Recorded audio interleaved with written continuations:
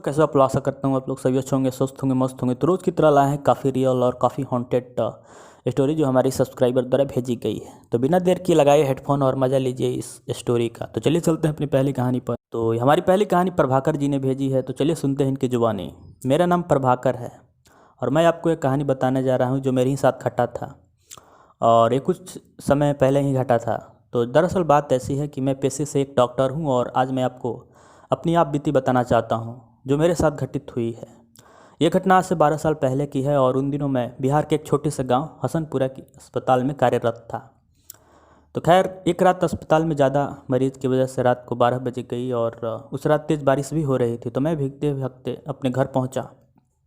कपड़े गीले हो जाने की वजह से मैं अपने कपड़े बदल ही रहा था कि अचानक दरवाज़ा खटखटाने की आवाज़ आई। तो मैंने सोचा कितनी रात को कौन हो आया होगा और मैंने दरवाज़ा खोला और देखा कि एक लड़की जो बरसात में भीगी हुई थी और रोते हुए कहने लगी कि मेरी माँ की तबीयत बहुत ख़राब है, डॉक्टर साहब आप जल्दी चलिए नहीं तो मर जाएगी। तो मैंने उससे कहा कि रात को मैं मरीज़ नहीं देखता, सुबह अस्पताल में ले आना। मगर वो लड़की जाने को तैयार ही नहीं थी और रोने गिड़गिड़ाने लगी।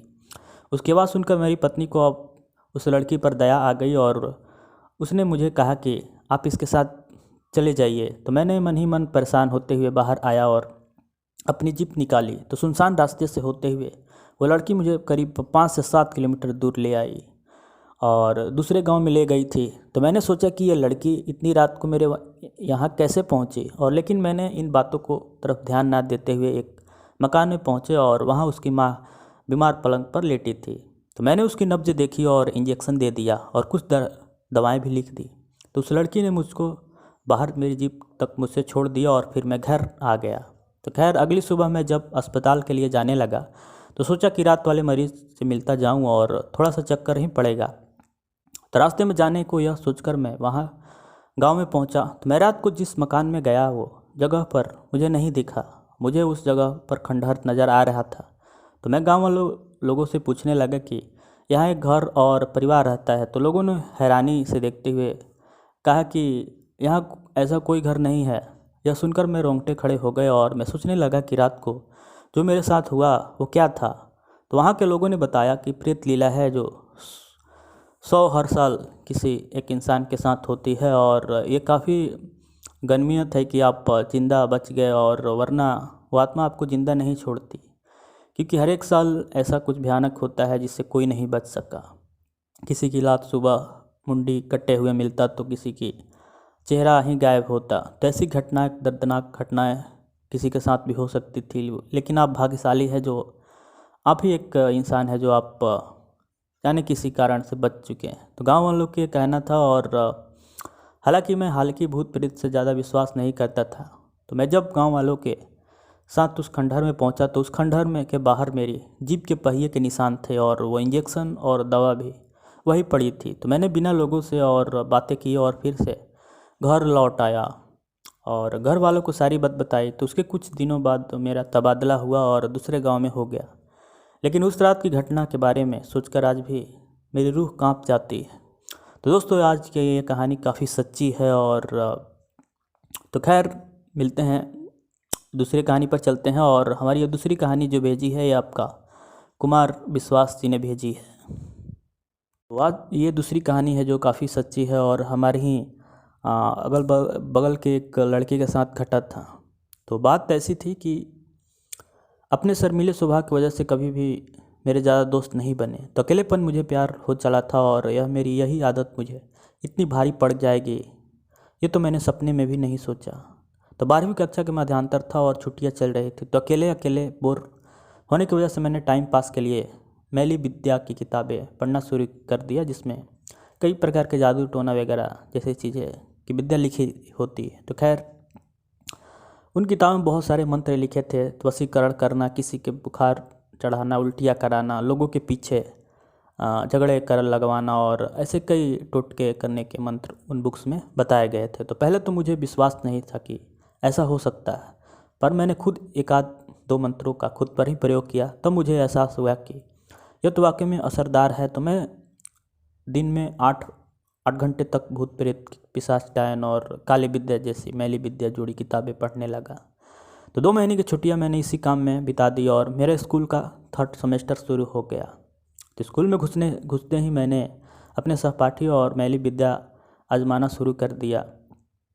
तो जो टीचर डंडे मारती थी और एक दिन तक उसका माथा भी दुखा देता, तो कई दोस्तों पर गुस्सा आने पर मैंने उन्हें क्लास में ही खून की उल्टियाँ करवा दी थी। तो दोस्तों को तो छोड़ो, मैंने अपने पापा पर भी एक जादू टोना किया था, जिसके प्रभाव से वह मुझे कभी पैसे देने से मना कर ही नहीं पाते। तो मैंने घोर साधना करने वाले तांत्रिकों से संपर्क किया। तो उन लोगों को अपनी मंत्र तंत्र वाली शक्तियों दिखाई। तो उन्होंने कहा कि मैं अगर भूत प्रेत की साधना करूँ तो और भी शक्तियाँ पा सकता हूँ। तो मैं फ़ौरन तैयार हो गया और उन लोगों ने मुझे भूत साधक मंत्र दिए। तो साधना शुरू करने के तीसरे ही दिन मेरे घर में भयानक आत्माएं घूमने लगी और मेरे मंत्रों पर जैसे गुलामों की तरह नाचने लगी। तो मैंने एक दिन अपने पड़ोस में रहने वाली लड़की की मैली विद्या से प्रेत से टकरा दिया, और क्योंकि वह लड़की मुझे भाव नहीं देती थी, मेरी यह नादानी मुझे बहुत भारी पड़ी गई, क्योंकि वह प्रेत मेरे बुलाने से वापस नहीं लौटा और उसने उस लड़की के शरीर में वास कर लिया। तो मैं यह तो नहीं चाहता था, मैं तो सिर्फ उसे सबक सिखाना चाहता था। पर अब मामला काफ़ी गंभीर हो चला था। वह प्रेत उस लड़की का खून चूसने लगा था। वह पूरी पागल सी होने लगी थी। तो रात रात भर वह चिल्लाती रहती थी, तो रोती रहती थी। उसकी भयानक चीखें अब मेरा दिल दहलाने लगी थी।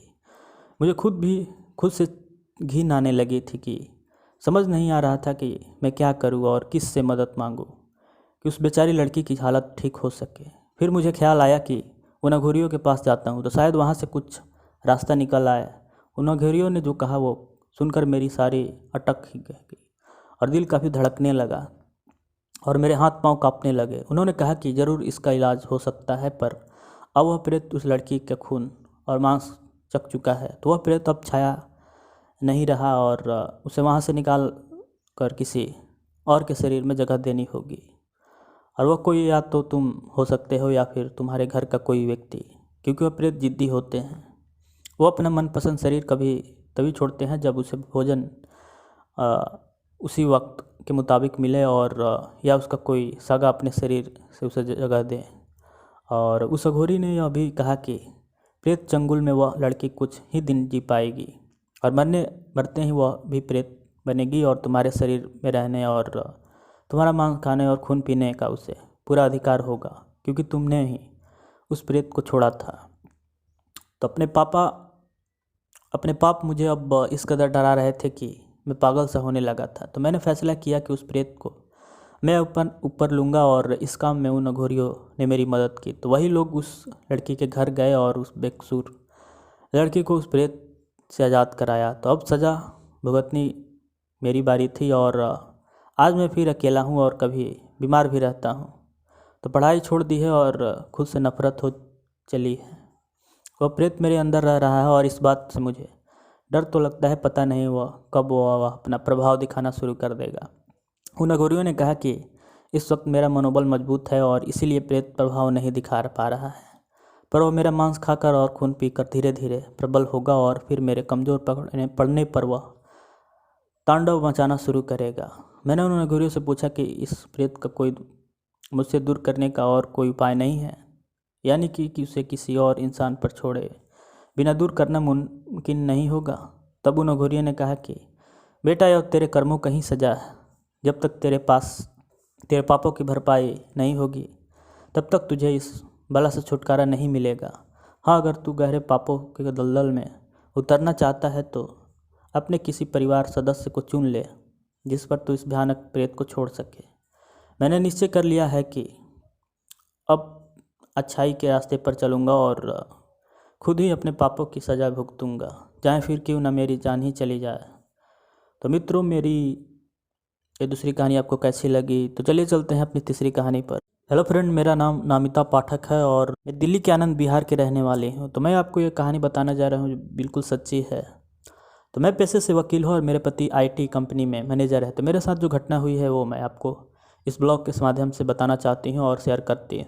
तो यह घटना तब की है जब मैं 26 साल की थी और 7 महीने में से प्रेग्नेंट थी और अपने बेबी का ख्याल रखने के लिए छुट्टी पर। और उस रात मेरे पति जब शाम को ऑफिस से लौटे तो हमने पास ही एक पार्क में टहलने का प्रोग्राम बनाया। तो रात के 9 बज रहे थे और हम अपनी कार से वहाँ पहुँचे ताकि रात को वापस आते वक्त दिक्कत ना हो।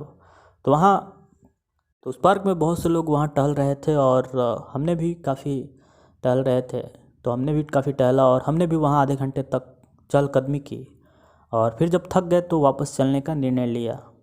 तो मेरे पति ड्राइवर सीट पर थे और मैंने जैसे ही अपनी तरफ का कार का गेट खोला और एक बूढ़ी औरत मेरे ड्रेस को खींचने लगी, तो मैंने इसे नॉर्मल बात समझकर उसे बिना पैसे दिए कार में बैठ गई। तो हमारी कार 5 मिनट चली ही थी कि और जब हमारी गाड़ी लाल बत्ती पर रुकी तो फिर वह बूढ़ी औरत सामने दिखाई दी। तो मैंने इस पर ज़्यादा ध्यान ना देते हुए घर पर पहुंच गए।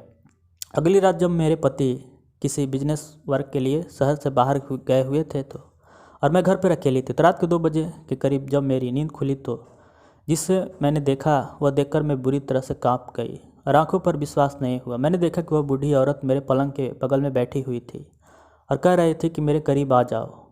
और एक बार तो मैंने सोचा कि शायद मैं सपना देख रही हूँ, लेकिन जब मैंने अपनी आंखें बंद कर वापस खोली तब भी वह खड़ी थी। मेरे दिल की धड़कनें बढ़ गई और यह सोचकर कि वो बच्चे को नुकसान ना पहुँचाए।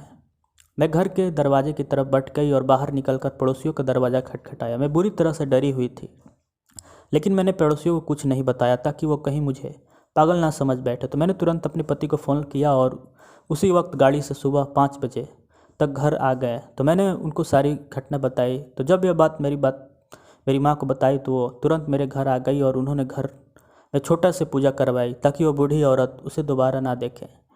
उस पूजा के बाद मैंने कभी उस बूढ़ी औरत को नहीं देखा। तो कुछ लोगों का कहना था कि वो चुड़ैल थे और जो बच्चों को खाना चाहती थी। तो अक्सर प्रेग्नेंट में ऐसी चीज़ें हमें दिखाई या फिर हमारे पीछे पड़ जाती है, तो हमें अपने आप को ख्याल रखना चाहिए इन चीज़ों से। तो काफ़ी लोगों का कहना था। तो खैर ये कहानी अब यहीं पर समाप्त होती है। आशा करता हूँ आपको यह कहानी काफ़ी सच्ची और काफ़ी इंटरेस्टिंग लगी होगी। और आप प्लीज़ नए हो तो हमारे चैनल को सब्सक्राइब कीजिए इसी तरह कहानी सुनने के लिए, और लाइक कीजिए, कमेंट्स बताइए कि आपको यह कहानी कैसी लगी। तो मिलते हैं जल्द किसी वीडियो में ऐसी प्रकार सच्ची कहानियों के साथ। तब तक